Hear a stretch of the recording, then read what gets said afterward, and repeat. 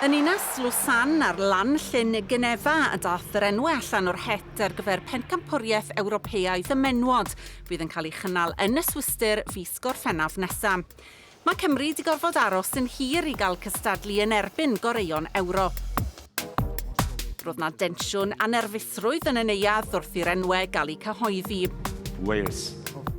Cadarnhad mae Lloegr, Ffrainc a'r Iseldiroedd fydd yn yr un grŵp a Chymru. Mae'n mynd i bod yn heriol iawn yn amlwg o ran y detholion ni yw'r isaf.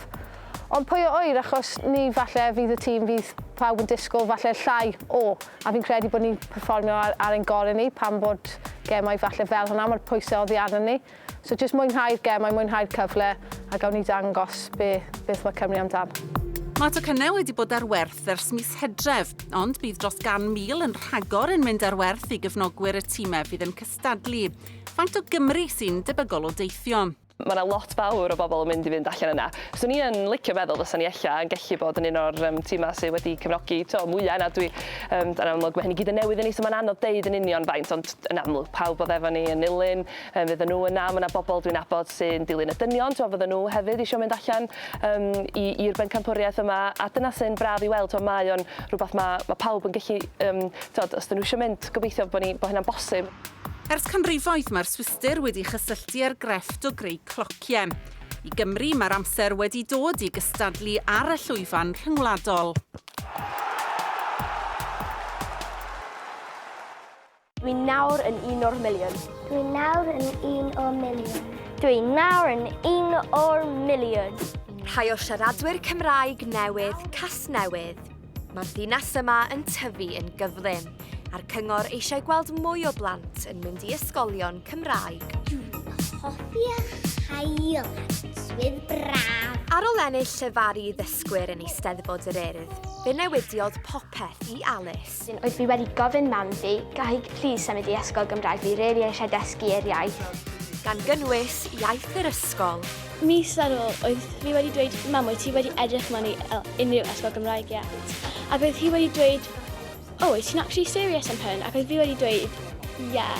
So oedd hi wedi cael plîs i fi mewn ysgol Gymraeg. A fi'n meddwl bod nhw'n really hapus gyda Cymraeg fi. A fi'n meddwl bod nhw'n hapus bod nhw'n gallu siarad Cymraeg. Ac Evan, brawd Alice, ym mlwyddyn 8, pan nath e ddechrau yn y ganolfan trochi. Wedi wneud trochi a dysgu Cymraeg fyna, dysgu holl basics, really dda. Wedyn mewn i gwersi a suddenly dwi'n rigol. Rydw i wedi dod o Dubai i fynd mewn ysgol Gymraeg. Rydw i wedi mynd i uned trochi i cael help i dechrau siarad Cymraeg. Fi wedi dod o Birmingham, Lloegr, a nawr fi mewn ysgol Cymraeg Casnewydd, a mae lle hyfryd. Fi'n 19 a fi'n gallu just edrych nôl a teimlo fi'n really hapus oherwydd fi'n gallu siarad Cymraeg yn arbennig, just mynd amdani. Oherwydd mae byth yn rhy hwyr. Os oedd fi'n gallu wneud mae pawb arall yn gallu. Y neges yn glir felly, a siaradwyr Cymraeg newydd yma. Nawr yn 1 o'r miliwn. Nawr yn siaradwyr Cymraeg hollol rhugl. Wrth i'r dolig agosau, nid twrci ac anrhegion sydd ar feddyliau pawb, gyda thymor y dartiau erbyn hyn yn draddodiad poblogaidd adeg yma'r flwyddyn. Ond yn y clwb dartia yma ym Môn, criw o blant a phobl ifanc sy'n heidio at y roci. Mae'n experience i fi gael chwarae bob wsos a trio symud ymlaen, stepio fyny bob flwyddyn tan dyma fi, allan o'i professional yn gynnod yma. Mae'r bob dim yn mynd mwy anodd herwydd Luke Little yn ysbeirio'r plant i gyd. So mae'n mwy o plant eisiau wneud o, so bydd o'n neis i wneud o'n proffesiynol yn y dyfodol. Wel, dwi'n licio lot. Dwi'n licio Devon Price, obviously, Cymru, Luke Little, Michael Van Gerwen, Aspinall. Dwi'n meddwl wedi bod yn gêm rhan fwy dynion, ond yn y 20 blwyddyn diwethaf mae yna mwy o genod yn chwarae, ond swn i'n licio gweld mwy yn chwarae. Swn i'n hoffi bod yn proffesiynol yn darts, ond dwi'n gwybod mae'n anodd, ond dwi'n meindio challenge de.